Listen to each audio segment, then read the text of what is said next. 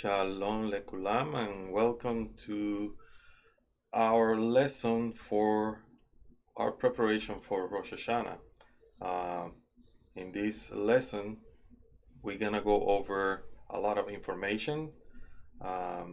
So we might end up having a second session of this lesson in order to cover everything properly and not do everything fast, and also so you can understand the concepts that we're going to be covering. Rosh Hashanah, it's called the Jewish New Year, but the truth is that this Jewish New Year is not in fact Jewish, and we're gonna see why. It has more to do with humanity than with a religion.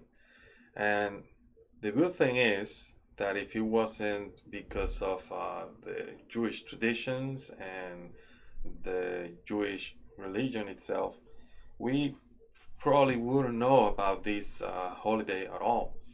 And it's because they were the safekeepers of this wisdom and called Kabbalah that we know what really this holiday is all about. So what we're gonna do in this lesson is we're gonna cover basically the secrets behind certain aspects of Rosh Hashanah, and we're not gonna cover the rituals and traditions, even though we're gonna talk about some of the foods that are eaten and why they're eaten, what do they represent. Even though we're going to be talking about the shofar, these are aspects of Rosh Hashanah that have certain Kabbalistic meaning, spiritual meaning. The Rosh Hashanah service itself, the connection that is done during Rosh Hashanah, it has also a Kabbalistic meaning. And for that type of explanation, we have to go then to what does the service of a Shabbat is all about, and how the Amidah is divided into different portions that connect us to the different worlds from Asiyah all the way to Atzilut and all that. So that's a whole different thing, a whole different meditation, if you will, that you have to do, and connections and kavanot that you have to do when you are dealing with prayer, liturgical prayer. And but in Rosh Hashanah, we are also doing certain inner work, and that inner work is not only the kavanot that we do as we pray.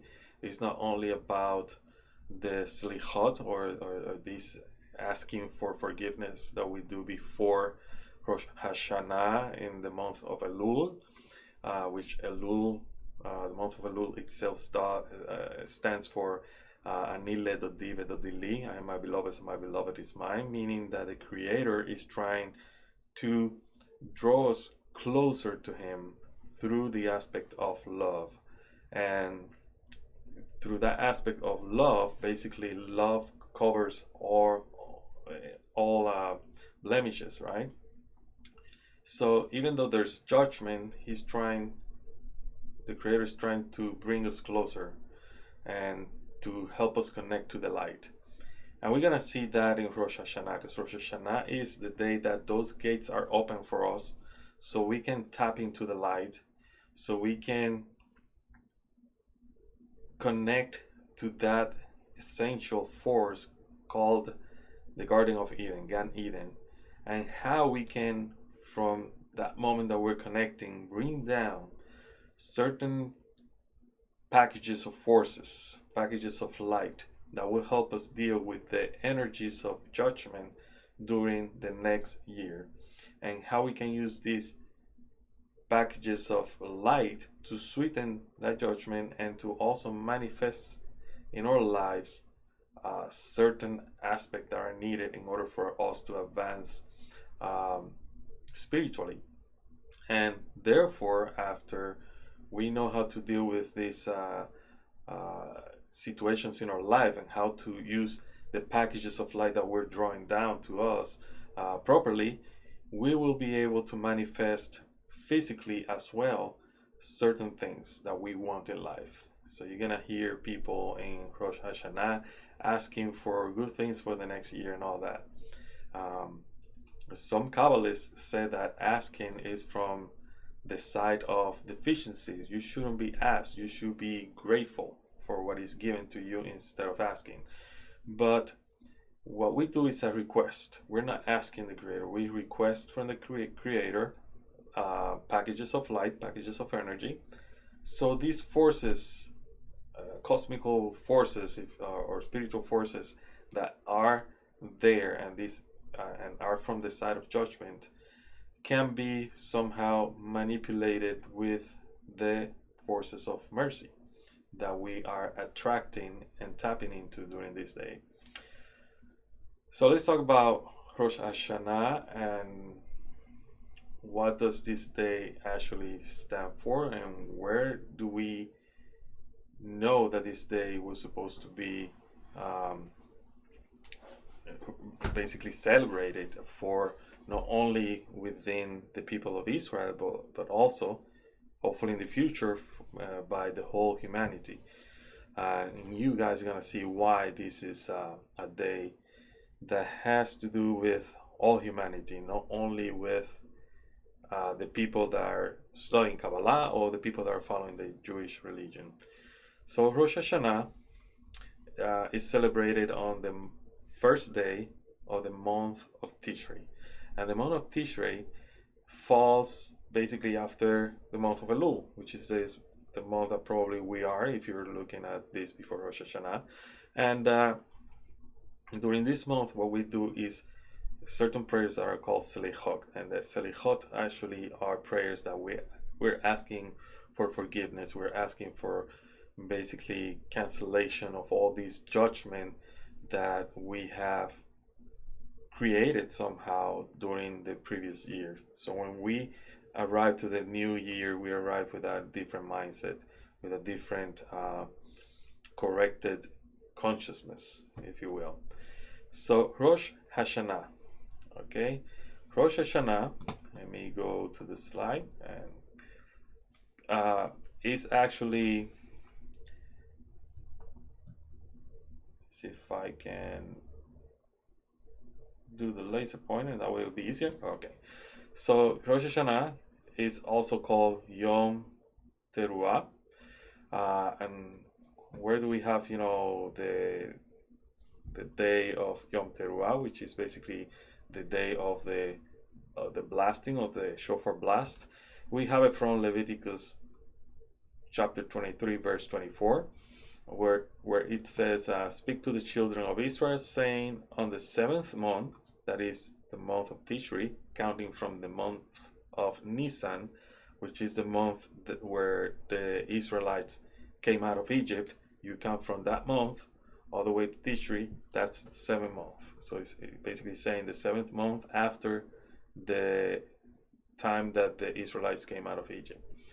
On the 1st of the month, that means 1st of Tishri, it shall be a Shabbat for you. So it's a day of rest and remembrance of, and it's added Israel through, but it's not in the original here. The shofar blast, a holy occasion. So it's basically saying Sicharon Teruah Mikra Kodesh. Right? So it's a holy occasion. So that's the first basically source that we have in the Torah about the shofar. Then on Numbers chapter 29 verse 1, we have the following: and in the 7th month, on the first day, there shall be a holy convocation. Once again, Mikra Kodesh, right? For you shall not perform any mundane work, meaning like right here is considered Shabbat.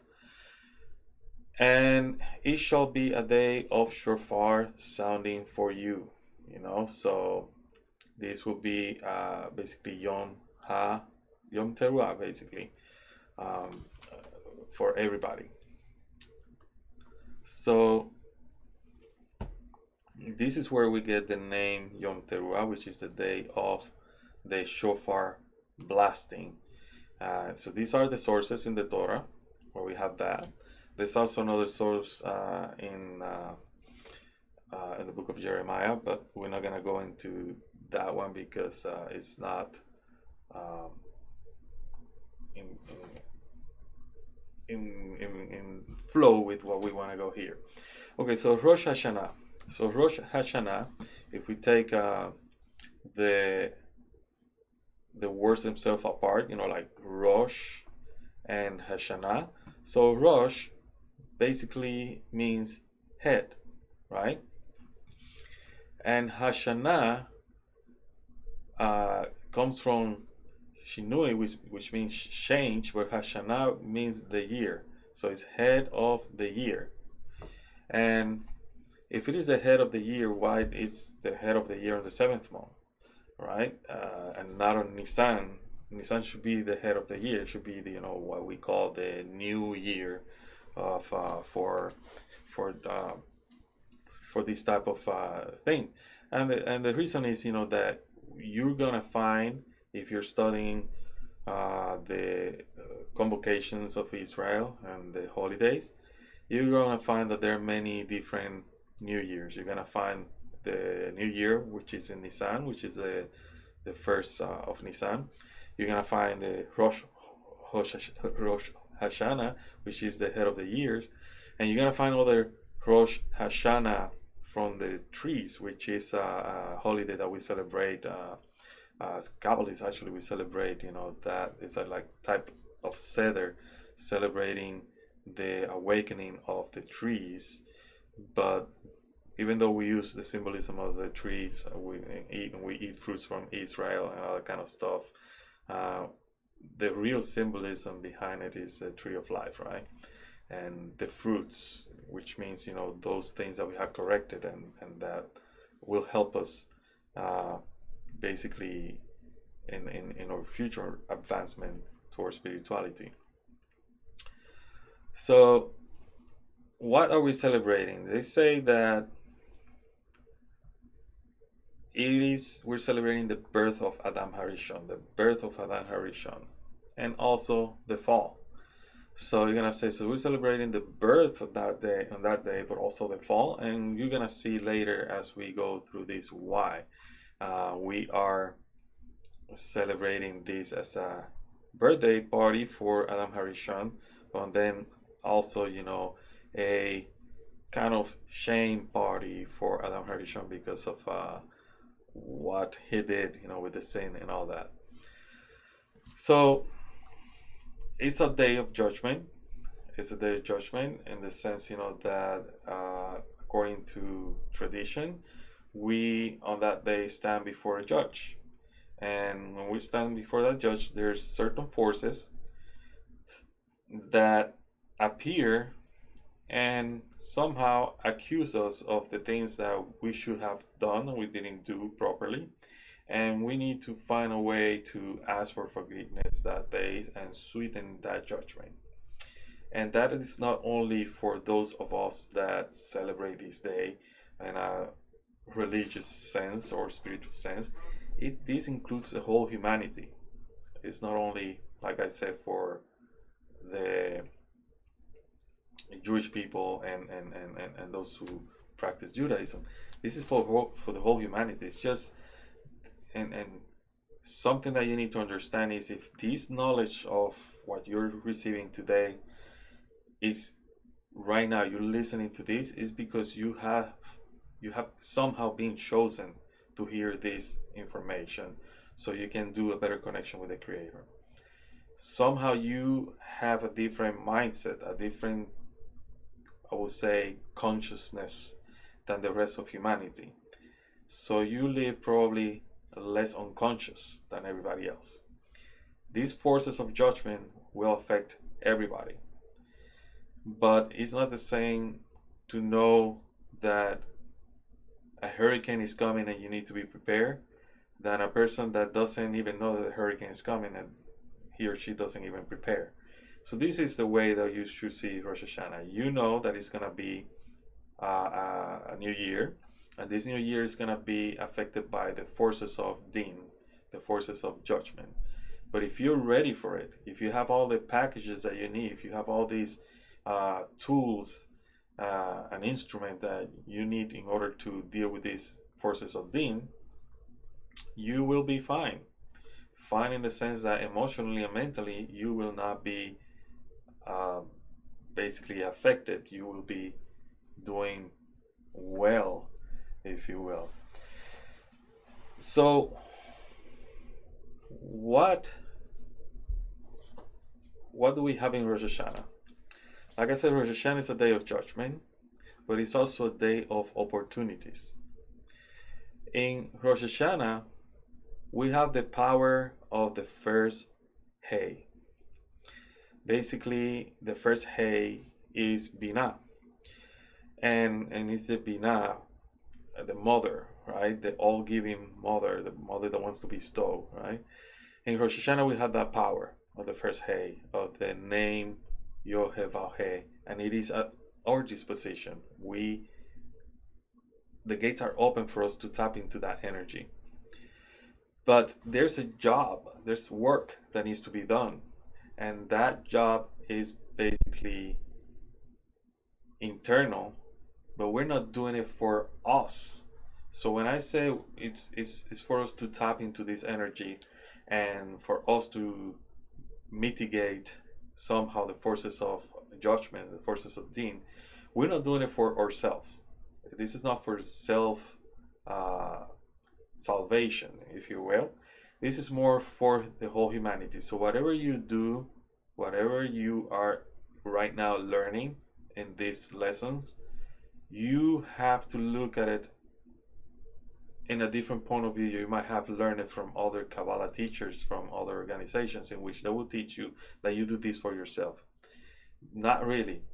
When they do that kind of approach, it might confuse you, because they're trying to do that approach from a different level, from the level of what is called self-help, which is something that is now all over the place. Books of self-help, and try to see yourself better than everybody else.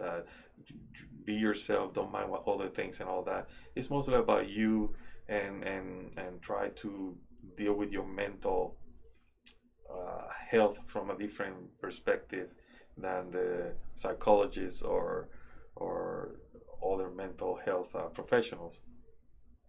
Kabbalah deals with that, but it deals with that in a different way. And if you're studying the original sources, you're going to see that in reality, this is not work that we're going to be performing for ourselves. We're going to be the instruments. So in order for that instrument or the conduit to have the light go from one end to another, the light needs to go through that conduit first, right? So you are basically that instrument where the light is going to go through and reach somebody else out there, in this case humanity. So whatever work you're doing, remember, you're not doing it for yourself. So the first intention that you need to have is that this is not an intention that I'm doing for myself. I'm doing this intention for the sake of others. And by thinking that way, by changing that consciousness to the consciousness of I am part of humanity. So why am I doing this just for myself when I should be doing this for everybody? Because in this way, I am also somehow I benefit from it, and I am the benefactor for everybody else. And in this way, I'm helping humanity advance if I advance. So you gotta think in that sense, in that type of intention. And when you do that, you will achieve what is called lishma. Lishma is basically you're doing it for the sake of the Creator, because all the souls that are surrounding us and are clothed in physical bodies, and we call them other people, are little pieces of a bigger soul called Adam Harishon. And Adam Harishon is a small parsuf, or a vessel of light, that also belongs to a bigger system, and this system is connected to another system called Ein Sof, and Ein Sof is connected to what we call Shoresh, the essence, which we don't know anything about. So somehow, if everything is connected, that means that who we are and who created us, we're basically almost the same, right?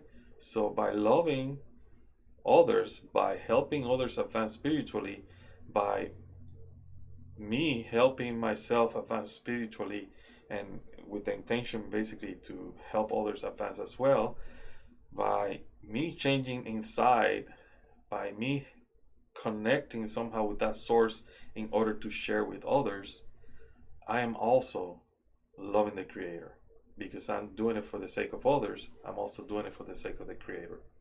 So when you do this work on Rosh Hashanah, you have to do this work internally, but with the intention that you're advancing for the sake of others, thus for the sake of the Creator, okay? So that is basically what is called awakening the Vav, so we can receive from Bina. We need to awaken that conduit, that pipe where everything is going to go through. In this way, Bina can give to Malchut without judgment. Because if Bina was to give to Malchut directly, it will not work out. And I'm going to explain later why. We're going to see, because like I said, this is going to take a little bit more than just a session. So it's going to be 1 or 2 sessions, but I think it's going to be 2 sessions or more, so we can understand well these concepts. Because Bina, in order to give to Malchut, needs Zeramping. So the first Hey, in order to give to the second Hey of the Yohevah Hey, it needs the Vav. And the Vav is basically this resistant, this transformer that will transform that energy into an energy that Malchut can actually be able to receive without breaking. Okay, so that's why we need to work on that Vav, and the shofar wakes up that Vav consciousness in us. So in Kabbalah, in the Zohar, it says that this Vav is in dormita. It sounds a lot like the Spanish, those of us who speak Spanish, dormita means like dormido, meaning sleeping, right? So you gotta wake up that Vav. The Vav is sleeping. That desire to receive in order to give needs to be awakened. And that's what we do when we hear the shofar. We have to break a blockage that is not helping us receive the light properly and transmit it properly to Malchut.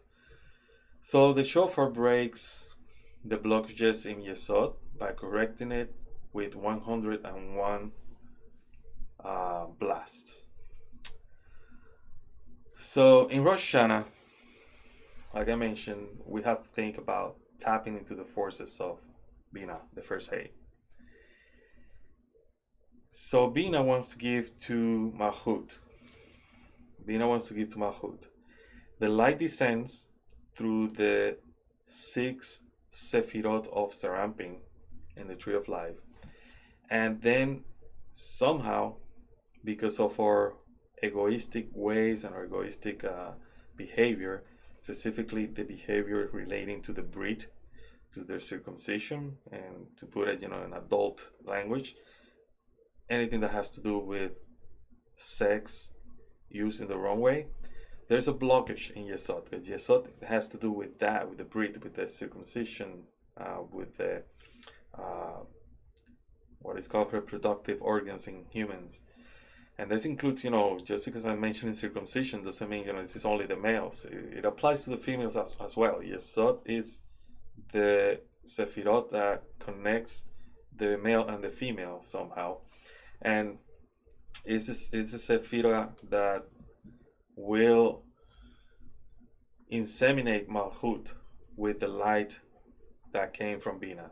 And this unification between Malchut and Serampin will be the reason why in the upper realm we're going to have a unification as well of the Abba and Ima, which is Chokmah and Bina, looking face to face and bringing down that light all the way to Serampin and the Nukva, which is Malchut. And in that way we will be receiving that as well. And we're going to see why their Abba and Ima have these two children, and these children for us are our parents as well. Okay, so it has to do with the Yesod. And the 101 blast, we're going to cover that as well. But what do we do in Rosh Hashanah? In Rosh Hashanah, we look at what we have accomplished so far. And even though we look at the bad things and we pay a lot of attention about the bad things, because we are looking at hey, we stole, hey, and even probably you haven't killed anybody, but we're doing that in the name of everybody, all humanity, because the person that kills somebody else, a person that like in this year, is protesting in the street or rioting or anything like that, that person is me. The person that is doing the right thing, the person that is doing the wrong thing, that person is me. Why do I say that person is me? Because that person is part of that collective soul that we just talked about, right? So that's why we ask forgiveness for all these things. And you go like, but I haven't done any of these things. You have, through the actions of others, right? So that's why you shouldn't hate other people. That doesn't mean, you don't have to do something against them in one case of another, but you cannot hate other people and without cause or anything like that, because that's basically hating yourself, hating the Creator as well. Okay, so in that day, even though we're asking for forgiveness, we need to concentrate also in the good things and be grateful that we were able to achieve a lot of things, because we might have failed in keeping the promises of certain things during that year. But if you really look at it, at least for most of us, God willing, it was like that, we have accomplished much more than what we thought. And sometimes we have accomplished things that we didn't promise we were going to accomplish. So we have to be grateful as well. That way, it's not just about Din, it's also about the Chesed. It's about also unifying these two forces. That, hey, I didn't plan for this, but somehow the Creator gave me this. And unconsciously probably it was because you tap to the forces of Bina during the previous Rosh Hashanah, unconsciously, and unconsciously you receive it, right? But what if you were conscious? Probably you would have done a lot more, right? So here you're gonna learn how to be conscious of those forces once Rosh Hashanah arrives, so you can work better. So if the force of Bina, even though it's a force of bestowal, arrives to Malchut, like I mentioned before, without the help of Serampin, which is the Vav, it will break it, right? It will destroy the vessel. And if you want a physical example of that, is the following. Bina wants to give you. Why Bina wants to give you? Because we are designed in a way that we are supposed to be fulfilled by the light. We are created in the image and resemblance of the Creator. And the Creator wanted to give everything to Adam, right? When Adam Harishon was in Gan Eden, he received everything. There was no lack. He was receiving the light openly. He didn't need to hide behind the flesh and suffer and find shelter, food in order to survive and reincarnate or anything like that. He was alive, living in a place that it was taught that it was good. So there was no need for him. Now, in Rosh Hashanah, we're asking and we're asking from the side of lacking, because we lack what Adam used to have.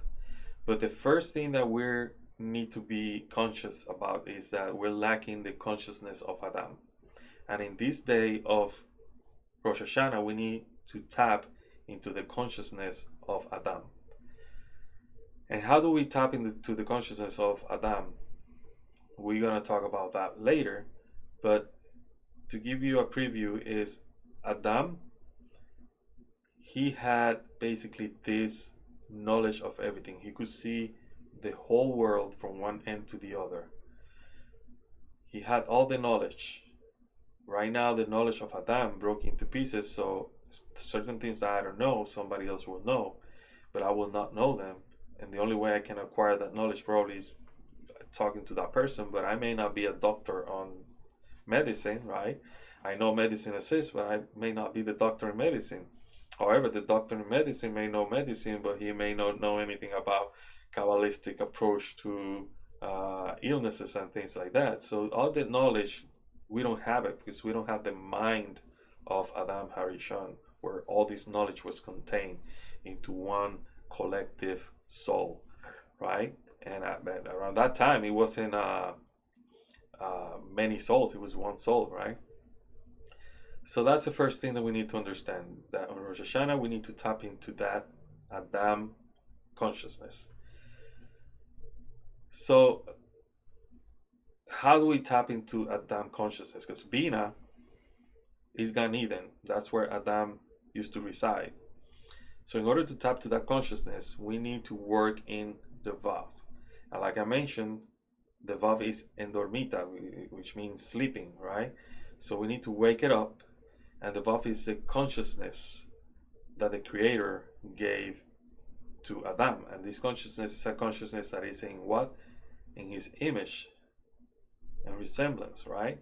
Not like the Creator, but it's in its image.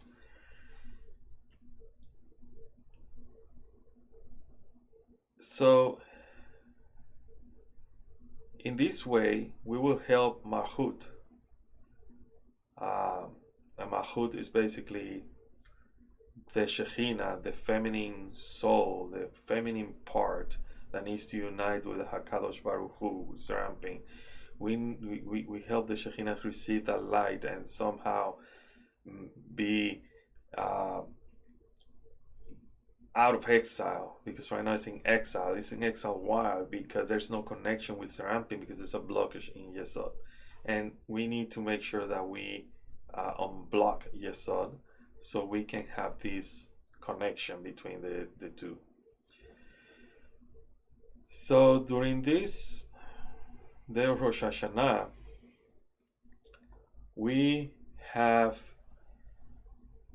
a Torah lecture on the first day, and this Torah reading is on the birth of Yitzhak, and Yitzhak is the son of Abraham, father of Jacob, who later became Israel. And these three fathers of the nation of Israel symbolize the two pillars on each side, meaning Abraham is the pillar of the right, and Isaac is the pillar of the left, and Jacob is the pillar in the center. So Abraham is Chesed, which is mercy, Isaac is Geburah, Din, which is judgment, and Jacob is Tifaret, the center, which is translated as beauty. And we're going to talk about these three forefathers because it is very important. And the birth of Isaac is mentioned in the first day.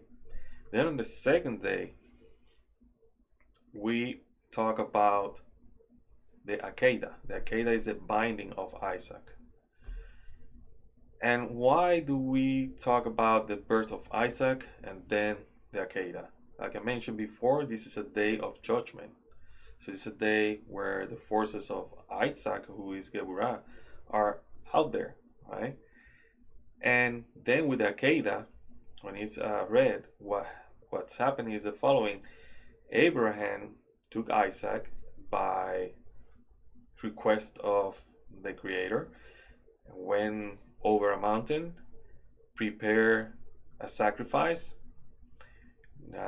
Isaac didn't know what the sacrifice was going to be, but when he found out that he was going to be the sacrifice, he somehow didn't fight back.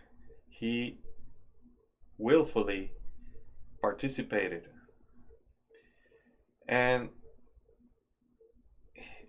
when you see this, if Abraham is chesed, which is mercy, and he is going to kill Isaac, and then the Creator stop it, we cannot see this story as something that is literal. What we're talking here is the forces of chesed sweetening the forces of Geburah. Basically, if we are right now in a process in which, if we don't tap to these packages of light, we're gonna be at the mercy of these forces of Din, and these forces of Din are gonna be it's going to control us throughout the next year, and we're gonna be working throughout the next year in a process of what I call reactive behavior. We're just gonna react to it because we're not conscious that these things were gonna happen, and that somehow we have these packages of light that we can use to control somehow the outcome of these situations that we're gonna face, because they're gonna happen. It's gonna happen, but how they will affect us, we can control that. So the way that we actually try to control these forces is by the use of an instrument called the shofar. And the shofar has 4 different sounds. And these 4 different sounds, in the way that they're used in the service of Rosh Hashanah, they add up all the way to 101. So what I'm going to do now is I'm going to let you hear the blast of the shofar and their names. So when we talk about these 3 different sounds, you will know which sound I'm talking about. Okay, so let's hear first the tekiah. The tekiah, let me change the pointer to an arrow. All right, and this is tekiah. This is shevarim, which is 3 broken sounds.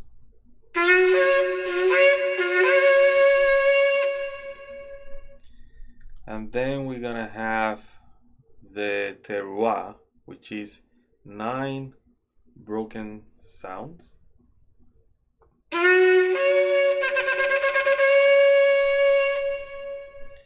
And then we have the tekiah gedolah. Tekiah is like the first sound, but gedolah means bigger, big.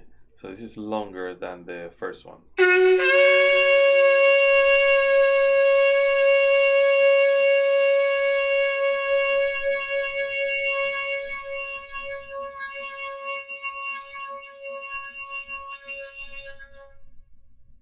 So those are basically the sounds of the shofar, and like I said, we're gonna be talking about these sounds, and we're gonna see how these sounds are supposed to affect us spiritually, and how we can use them also spiritually. So that's a shevarim. All right. So tekiah. Tekiah is basically the first long blast. It's not as long as the last one, which is gedolah, which is the very long one. This is basically the first long blast, and this long blast will connect us with the unity of all. That's why it's only one sound. It's not broken into 2 or 3 like the second one. This is one long blast. This is the the request that we do to Bina, or the request that we do for the lights of Bina. And this sound help us elevate ourselves, right? It help us uh, elevate our soul. And one thing that you need to understand, that the shofar is made from the horn of an animal, like this shofar that I have here. This shofar is basically from a ram, and this shofar is part of or was part of an animal. And what this actually, or what we need to think when we have a shofar in our hand and we're ready to blow it, this is part of the meditations and preparations that we need to do, is that this is a symbol of the animal level or the instinct in us uh, being used at the service of the Creator, right? I also have this other shofar. This one is called Yemenite shofar. This is a short one.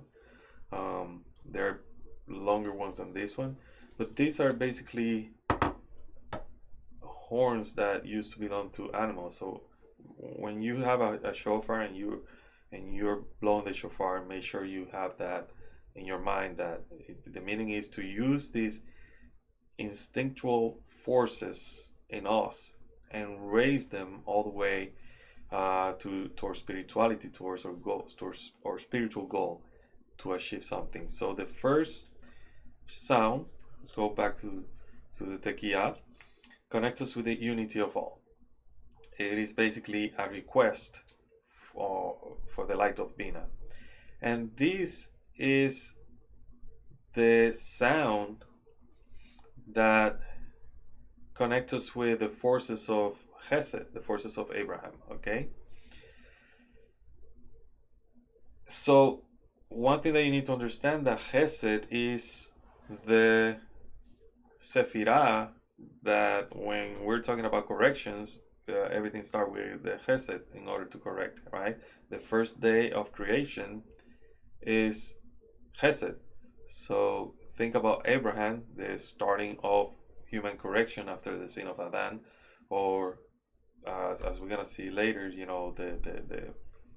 the sweetening of this judgment that was brought to the world because of Adam, right? So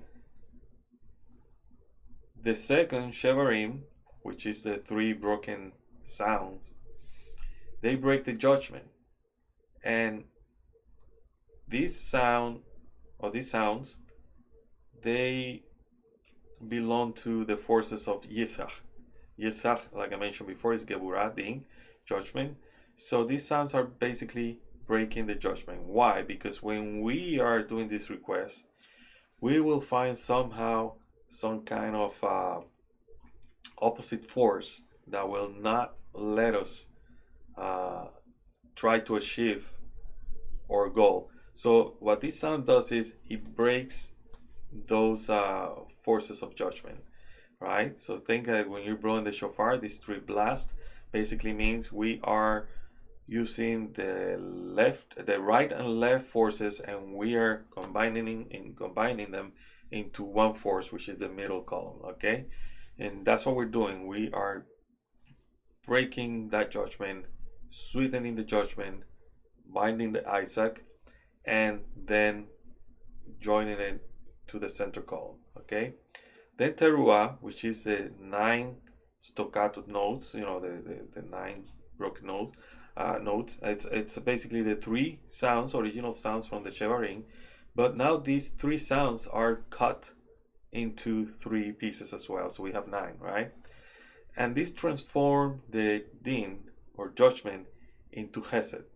It sweetens the judgment. So it's basically like chopping down all these energies that are against us, are working against us in this day of judgment. Then Tekiah Gedolah, the great blast that we have at the end, connects us with the all in a complete and perfect way. The first one connects us to the unity, and the last one, the long one, connects us to this unity as well, but in a different way. And in a different way, the better word would be in a different level, a higher level, in a higher level of consciousness. And these four sounds are basically used throughout the service of Rosh Hashanah in the synagogue. Um, and the totals of all the sounds is 101. And 101, as we're gonna mention also in the future, is the numerical value, the gematria of the name of the angel Michael. And you're gonna ask, and what does Michael has to do with all this? Michael is considered by the Kabbalists as the guardian angel of Israel, and also is the angel that is considered the one that will take the nefesh, ruach, and neshama to the altar of the Creator, as the Zohar says. When we perfect these three levels of our soul. Okay, so let's go through these four groups of sound plus one sound that give us the 101, the numerical value 101, which is the gematria for the angel Michael. So before what we call the Musaf is a prayer, a group of prayers in the service of Rosh Hashanah. There's 30 sounds. It's basically a where the person that is blowing the shofar hears a call, Tekiah, Shevarim, Teruah, and all those sounds all together is going to be 30 sounds of Tekiah plus Shevarim plus Teruah, 30 sounds. And like I said, everything has to do with the forefathers, Abraham, Isaac, Jacob. And in here, we're going to add David. David is going to be also added into these four packages of sounds. So the first package of 30 sounds belong to the patriarch Abraham. And these sounds, when you're hearing these sounds in the synagogue, you need to concentrate your mind and think that these are basically to cancel or correct. Let me go to the next slide. To correct what is called the Avodah Zarah, or the idolatry in us. So the idolatry doesn't mean that you're going to go to another religion and you prostrate yourself in front of an idol and things like that. That's not the only Avodah Zarah that we have.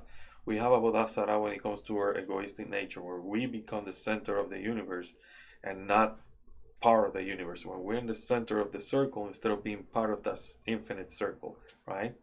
And that's Avodah Zarah. That's putting idols in front of the Creator. And this sound,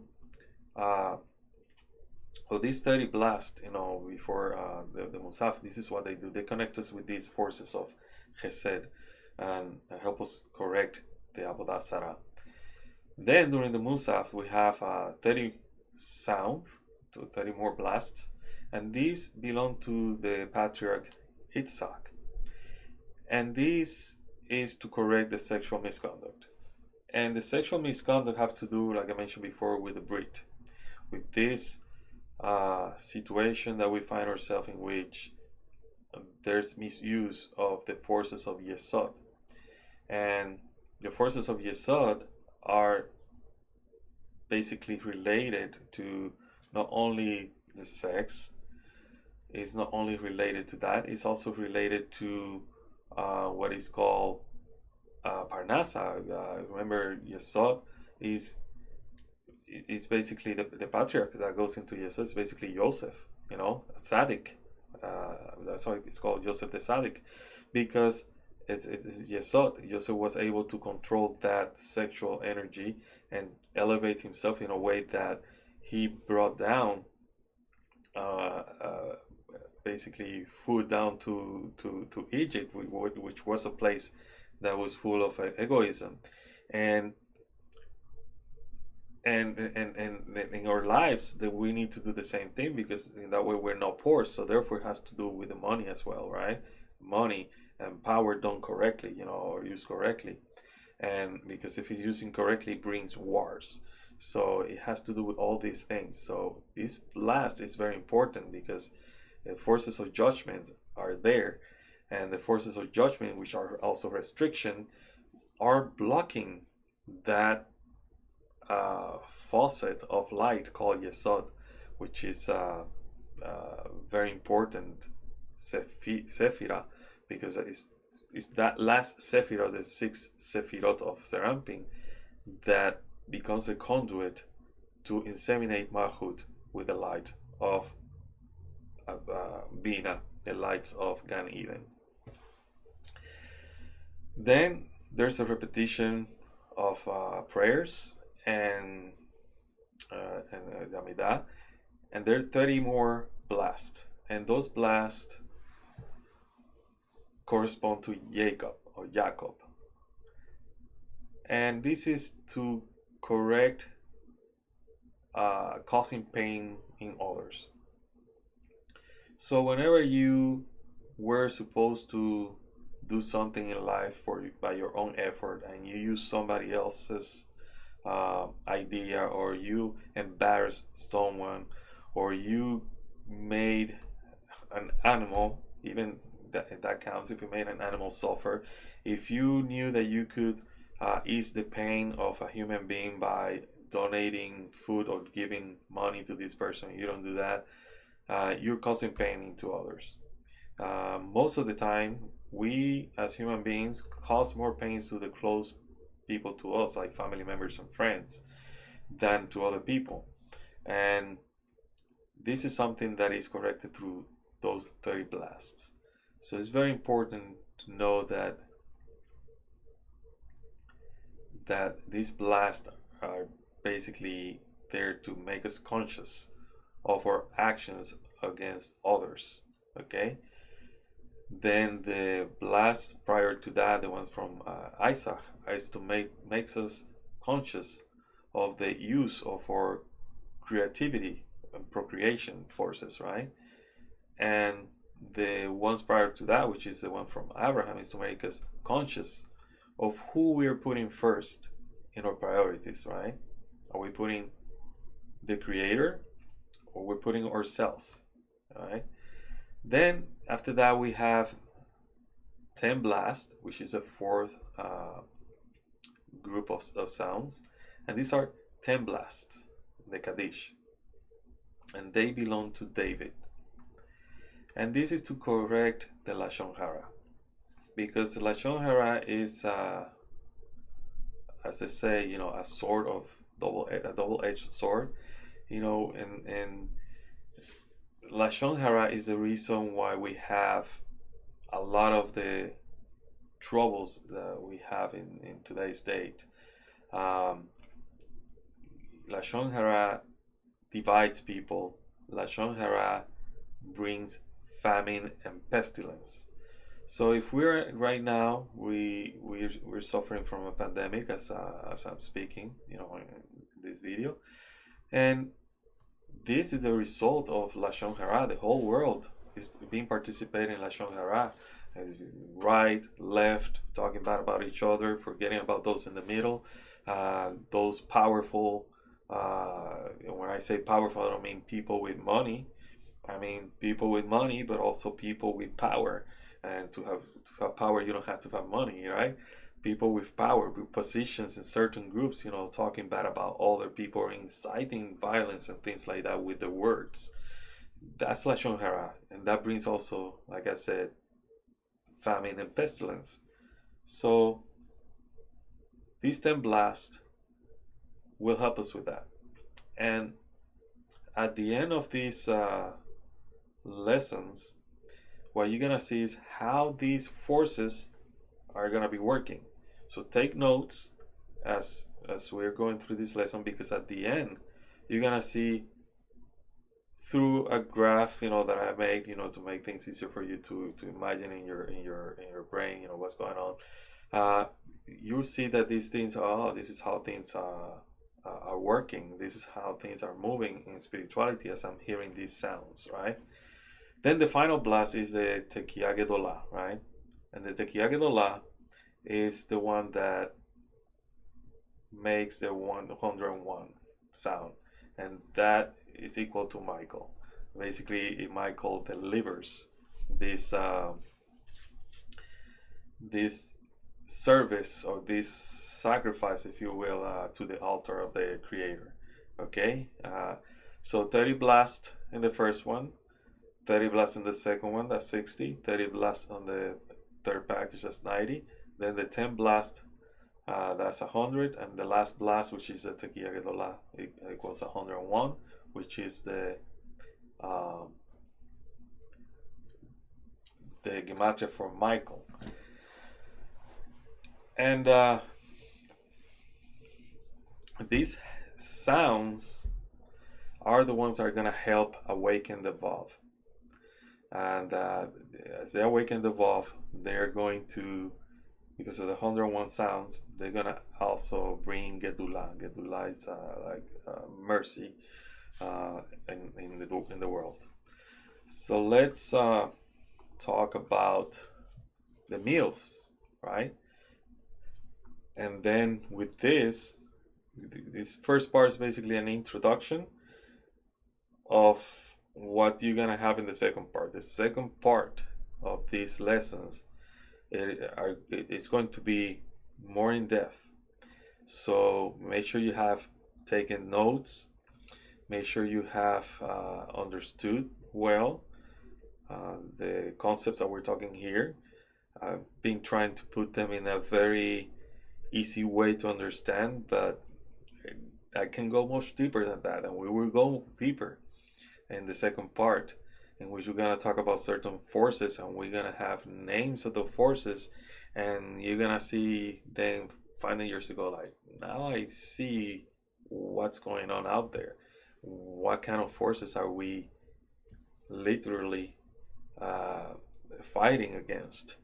Instead of being able to fight these forces every year, we should be able to close the gates that are open to these forces, so they can get into our world, right? So that's basically what we're going to be talking. And also we're going to touch base against Abraham, Isaac, and Jacob, and what really is the work, what forces we're tapping.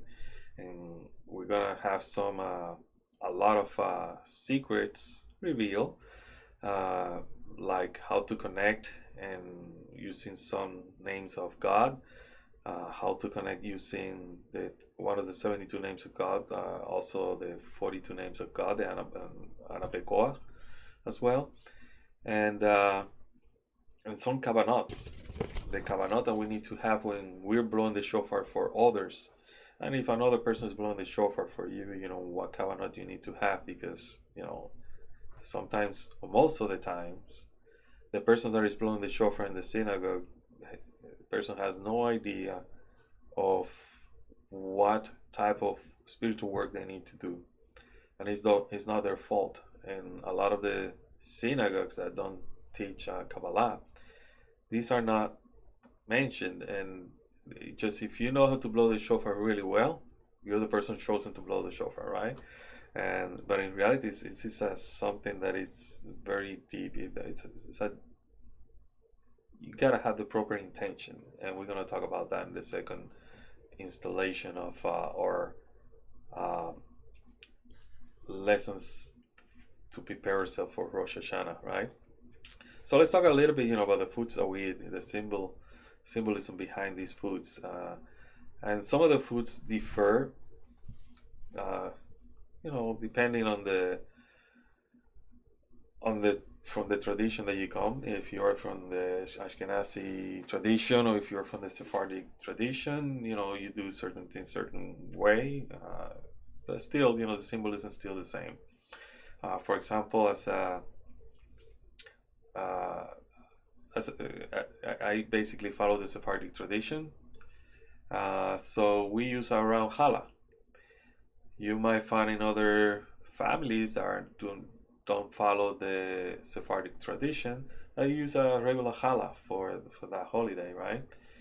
Does that mean that one is right and one is wrong? No, it's just a matter of tradition. It's a matter of the geographic area that the Jews used to live and what they adopted according to where they lived and how the traditions developed. All right. So let's talk about these meals, simanim. So one of the things that we do is on the table we have symbolic food, and this food we eat them. But as we eat them, we have to make sure that we have the proper kavanot, the proper intentions, the proper consciousness, that we're just not eating them because they taste good or because we're hungry. That's basically the animal in us talking, right? So we're doing it because we want to connect to a deeper level, right? To a deeper level of what these foods represent. So the dates. The dates are basically in our tables because they're there to represent the end of judgment. The Hebrew word for dates is tamar. And the T in the word tamar stands for ta'amin, which is basically sweetening or flavors, right? And mar is Hebrew for bitter. So it's basically to sweeten the bitter, right? So we know that we are facing forces of judgment during the year, and the days remind us that we need to tap into these packages that we have downloaded in the day of Rosh Hashanah and use them to sweeten the bitterness of the judgments of these situations that we're going to face during the year. All right. The pomegranates, the symbolism of the pomegranates is that the pomegranates, according to tradition, they have 613 seeds. The rimonim, the pomegranates, they're on our table in order to remind us of the 613 connections or corrections to the light that we have, the opportunity that we have every year to learn them. As we learn Torah in our, as we learn, the Parsha and Torah portions, we can be learning, these mitzvot. And as we learn these mitzvot, these commandments, we connect to them spiritually as well. And there's 613, right? Some say 620 because of the rabbinical ones as well. But 613 is prescribed by the Torah are the 613 lights that we can connect, or corrections. We also have, like in my family, we don't use the lamb head. It's really hard to find a lamb where we live, but we use a fish head. And that's just to remind us to be the head or the light to the nations and not the body or the nations, not the tail. And if you've been studying Kabbalah with us, you know that each Parsufin has a Rosh and a Guf. The Rosh is basically where all the calculations are made and how the light is going to enter the vessel. So basically, if we study Kabbalah for the sake of others, we become the head of the nations, of the egoistic desires that are within us and also outside of, which is called the other people that we live with, we interact with, and those that we don't know that are in different places around the world. But when we become the head, we are bringing light not only to us, but by bringing light to us, we're becoming that conduit that will bring light to all humanity. Okay. So we become the head, not the tail. The beets, or some traditions use the spinach, is to remove our negative thoughts. And we're gonna learn what really is happening in our brain during this type of work that we do on Rosh Hashanah. In the second installation, you're gonna learn that in this day we're trying to connect to the forces of Gan Eden, and that has to do with the right brain, while the forces of this world are the forces, or I would say the thinking, or the thinking process of the left brain. Okay, and we're gonna learn that in the second installation. And this here, the beats, is to remind us of those type of awareness that we need to have, or the awareness that we need to have of the thoughts that we're having every day. Okay. Then we have beans. Some people use the grain, some people use the green beans. You know, it depends on the tradition that you follow, and also your family tradition. Some families have their own traditions, right? And it's to attract abundance of light. So the beans are a seed, and this seed you planted, and they sprout really quick. And all you see is this vine looking for the light, and they grow really fast. And this is the symbolism behind it. It's basically to attract the abundance of light. But in order to attract light, we need to also move towards the light. So it's like it's for example, when you're learning Kabbalah, you're learning from a teacher, and this teacher will plant a seed in you. But the water and the light, and how this vine or tree is going to grow, depends on the work that the person is doing. So according to the effort is the result, right? So the beings are there to help us and remind us of that in order to attract light, we need to work our way up towards the light as well. The leek, this is a green vegetable or leafy plant. It symbolizes, the cutting of the internal evil forces. And when he says internal, inside of us we have the evil inclination, right? And this evil inclination is basically our personal Satan. And what we're doing is reminding ourselves that this new year, we're going to work our way towards not listening to that evil inclination in us, because that evil inclination is the one that is creating the blockage and yesod, and opening the gates of the forces of Tuma, that we're going to talk later about, which forces are basically present in the world when this happens. And in this way we can cut those forces, and the leek represents that. Does that mean when we eat the leek the internal forces are going to be cut? No, there's a work, and we're going to talk about that work in our second installation. Right now, what you have in this first presentation is the theory of, or an overview of what Rosh Hashanah is all about. And the second installation, the second lesson, you're going to see now the work that we need to do, okay? Apples and honey. This is the most famous of all, dip your apple in the honey, and to sweeten the forces of judgment. So some people say that the apple symbolizes the year, and the honey basically means to sweeten the year. So yes, it's true, but you need to add that and put it into the context of the following. The apple has a color. Hopefully, using a red apple, red meaning, that is judgment. But the thing is, it doesn't matter if it's green, yellow, or a red apple. The apple represents the year, but the year is full of forces of judgment. So the apple represents judgment. It is sweet, right? But it has kind of like a covering that is not that hard, but it's still kind of hard. But the whole point is that the apple, the year, is sweet, but it has in it judgment as well. And we need to sweeten that judgment. So it goes back to what we've been talking since the beginning about Abraham, Isaac, and Jacob.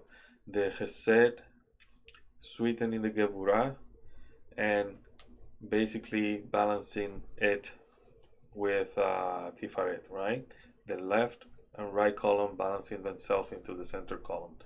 So this is what it is all about. The apples and honey, represent that we need to make sure that we're using those packages of light, those forces that we're tapping uh, into in Rosh Hashanah, and that throughout the year we remind ourselves that we did download it, to use a modern language, we downloaded this software from Bina, and whenever there's a kind of like a virus or anything like that, we have a software that is an antivirus, and we're ready for it, right? So that's how modern way probably you can understand that way.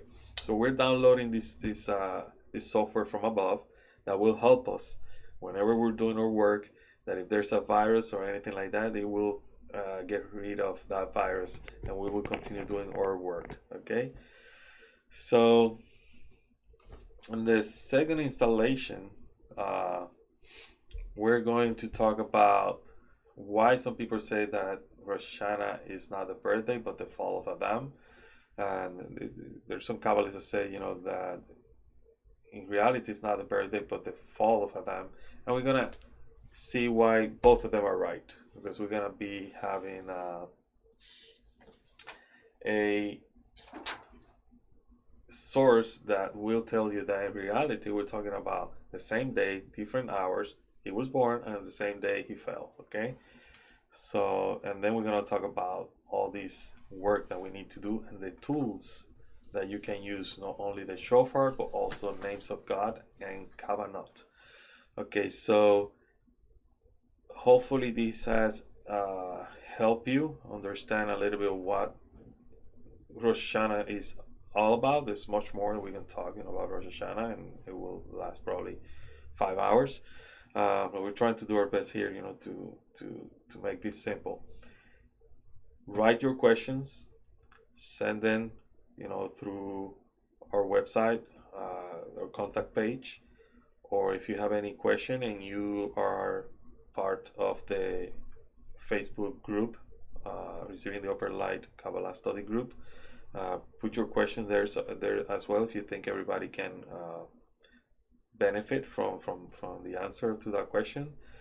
And or if you're watching it in YouTube, you can even write it on the comments, and I will try my best to answer those questions before at least this year Rosh Hashanah, so you can have those questions answered. But this presentation, this whole presentation that I have behind me, is going to be posted in the website in a form of PDF for all of you who are interested, so you can have it as well as reference. All this material is free for use. Just make sure that you share the material, but also share the website that is right there on the top of the presentation, www.receivingtheupperlight.com, so people can go and benefit of the free lessons, because everything is free. It takes a lot of time to prepare, but we're doing it because we have a mission, and our mission is to bring light to the world. And the good thing is to know that we're not alone in this. There's a lot of us out there that believe that Kabbalah should be free, that you shouldn't be paying a lot of money to learn this stuff, that you should be having connections with other people that are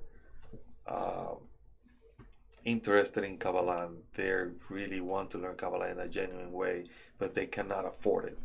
And it's very interesting how I have a lot of people that are studying with me, and they send me messages from countries from Africa, and countries where they have basically access to a computer for only a few hours, and they're spending their time watching a video that I put on YouTube. And that is very humbling, because we here, at least where I live in the United States, we have everything. And in Rosh Hashanah, what we're doing is asking for more. And what the Kabbalists tell us is it's okay to ask for more, but also be grateful, right? Ask for forgiveness, but also be grateful. Okay? So that's our work in Rosh Hashanah, and it's very humbling deal with people like that they only have certain time during the day that have access to that computer, and they use their time to study Kabbalah, and it's really good. So this is all for this first part. I will see you in the second part. I hope you have enjoyed it. So shalom, and I'll see you in the second part.